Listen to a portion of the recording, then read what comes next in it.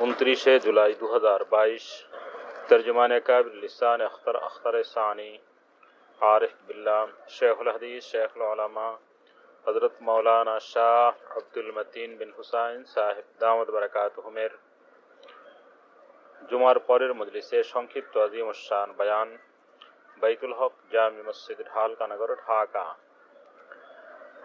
हज़रत वाला दामद बरकातुहुमेर बयान मौलाना रिजवान अशरफ साहेब এবং মাওলানা লুৎফুর রহমান সাহেব উর্দু কিতাব থেকে গুরুত্বপূর্ণ মালফুজ পড়ে শোনানোর পর পেশ করেন। বিসমিল্লাহির রহমানির রহিম। হকিমুল উম্মত মুজাদ্দিদুল মিল্লাত হযরত মাওলানা শাহ আশরাফ আলী থানভী নওয়ারাল্লাহু মারকাদাহুর মালফুজাতের ইরশাদাতের গুরুত্বপূর্ণ কিতাব বসায়ের হকিমুল উম্মত থেকে পড়তেছি। गुनाह की हकीकत अल्लाह ताला जल्ला जलालुहु की नाफरमानी है और जाहिर है कि नाफरमानी गो किसी किस्म की हो, ज़्यादा ही बड़ी है। और गुनाहों को दराजात में जो छुटाई बड़ाई का तफावुत है वो एक अम्र इजाफी है कि एक बहुत बड़ा है और दूसरा उससे छोटा। हकीमुल उम्मत हजरत थानवी नव्वरल्लाहु मरकदहु बोलेन, गुनाहेर मूल विषय हलो आल्लाह तालार नाफरमानी। और स्पष्ट जे नाफरमानी जे कोनो धरनेर होक अधिकांशई बड़ नाफरमानी है। नाफरमानी की अबाध्यता हकीकत बोलते गিয়ে आधिक्यत बुझाय बोलते হবে। तो गुनाहेर मूल विषय हलो আল্লাহর অবাধ্য হওয়া।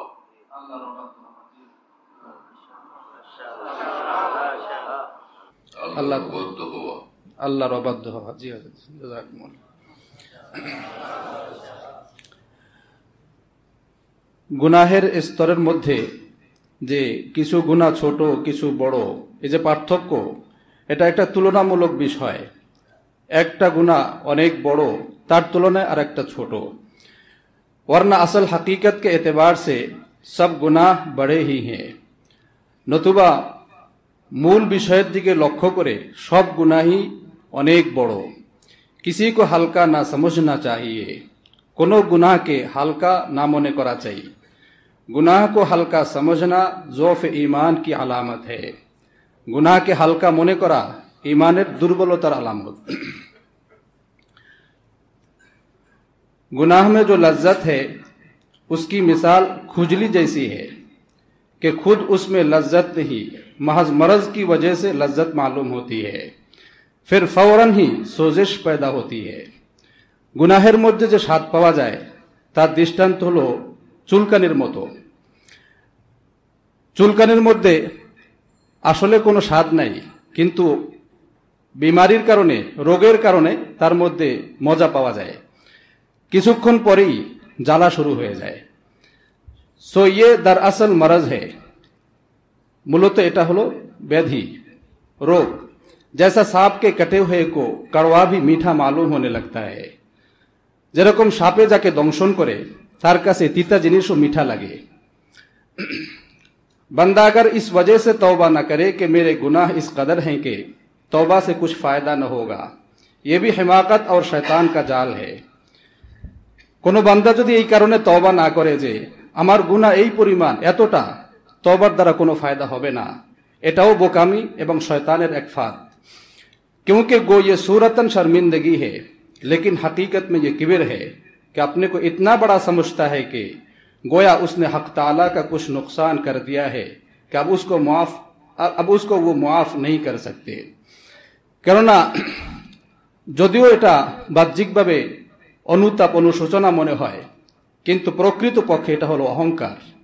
নিজেকে সে এতটা বড় মনে করে যে যেন সে আল্লাহ পাকের এত বড় কোনো ক্ষতি করে ফেলেছে যে আল্লাহ পাক এখন তাকে আর মাফ করতে পারবেন না।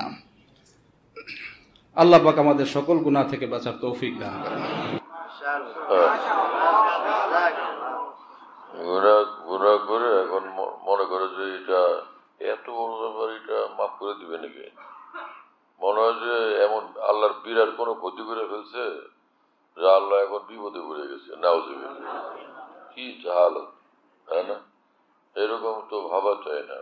যেভাবেই হোক জবান দিয়া যদি আল্লাহ মাফ চাই বলার মতো এরকম হিম্মত না থাকে তবুও বলা চাই। তাও যদি না হয় বাস এমনি হাত তুলে আল্লাহর সামনে মনের দিলের ধ্যানের দ্বারাই ক্ষমা চাওয়া, আল্লাহ মাফ করে দেন।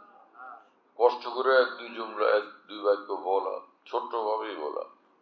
আর যদি কিছুই না বলতে পারে মাফ করে দেন, এতটুকু তো বলা। আর যদি বলো আয় আল্লাহ মাফ করে দেন তো আরো ভালো।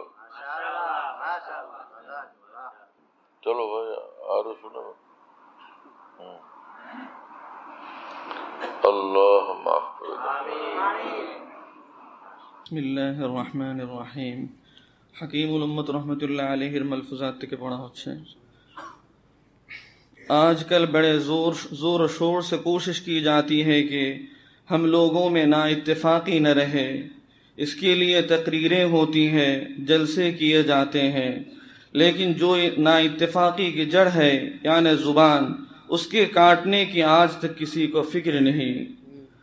हजरत रहमतुल्लाह अलैहि बोलेन বর্তমানে অনেক জোরে সোরে চেষ্টা করা হয় যে আমাদের মধ্যে অনৈক্য না থাকে, আমাদের মধ্যে একতা থাকে। এজন্য বয়ান বক্তৃতা বিভিন্ন অনুষ্ঠান হইতে থাকে, কিন্তু অনৈক্যের মূল যে জবান, সেটার অনিষ্ট থেকে বাঁচার জন্য আজ কারো ফিকির হচ্ছে না।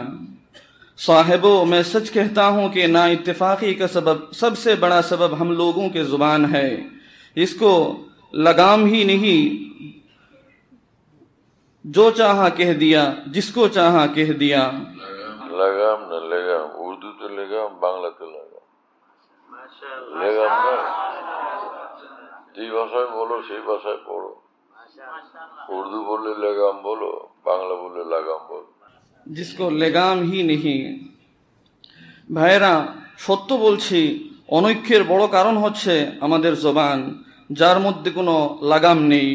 যা চাইলো বললো, যাকে চাইলো বলে দিল। ये जालिम इस कदर चलती है कि जिसकी हद नहीं। এই জালেম এত পরিমাণ চলে যার সীমা নেই। গজব ये है कि कभी थकती नहीं। ताज्जुबेर বিষয় যে সে ক্লান্ত হয় না।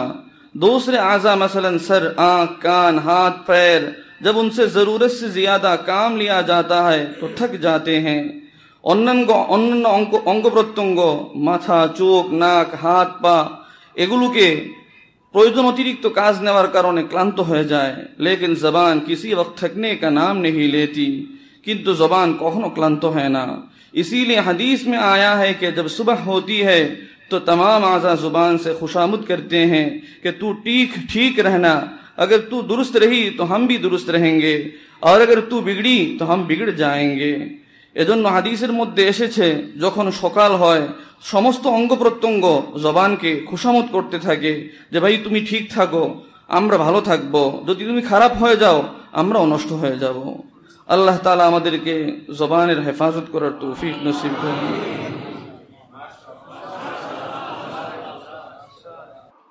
আল্লাহ আমাদের সকলকে জবান হেফাজতের তৌফিক।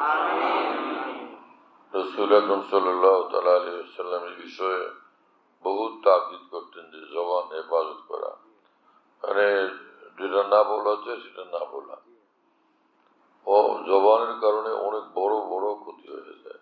এমন কথা বলা হয় যার কারণে আগুন লেগে যায়, ঘর সংসার নষ্ট হয়ে যায়, স্বামী স্ত্রীর ভিতরে মুহূর্তের মধ্যে দুর্ঘটনা ঘটে যায়, বড় কঠিন অনাকাঙ্ক্ষিত বিষয়াদি ঘটে বাবা এবং সন্তানের মধ্যে এবং ঘরের লোকদের মধ্যে, আত্মীয় স্বজনের মধ্যে, জবানের কারণে। আর কিছু লোক এমন থাকে যে তারা মানে কথা বলবে, এটা সহ্য করবো না, কেন বলবো না, আমি বলবো, আমি জোর করে, পরে অনেক বড় মারাত্মক দুর্ঘটনা ঘটে যায়।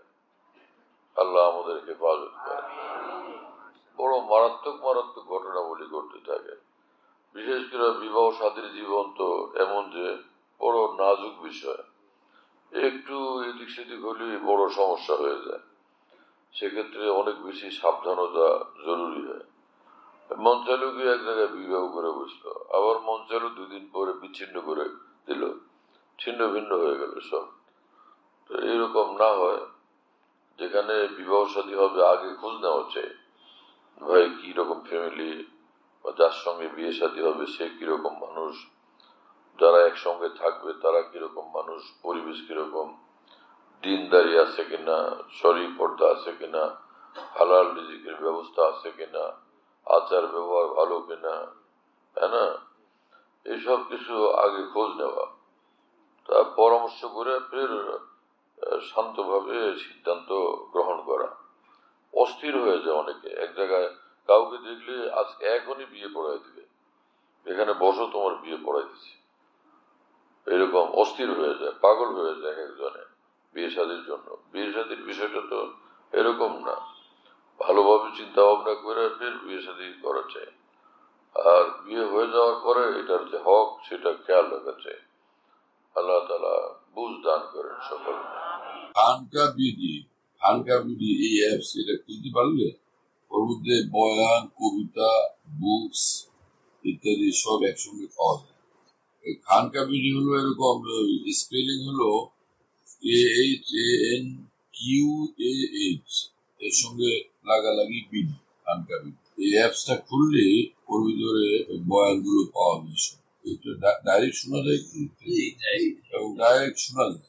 হযরতুল্লাহ দামাত বারাকাতুহুর বয়ান, যেখানে বয়ান করেন সব বয়ান নেটের মাধ্যমে, টেলিগ্রামের মাধ্যমে পাওয়া যাচ্ছে। হযরতুল্লাহ দামাত বারাকাতুহু যখন বয়ান করেন, বয়ানটা আমরা দেশ বিদেশ থেকে, দুনিয়ার যে কোনো জায়গা থেকে আমরা পেতে পারি।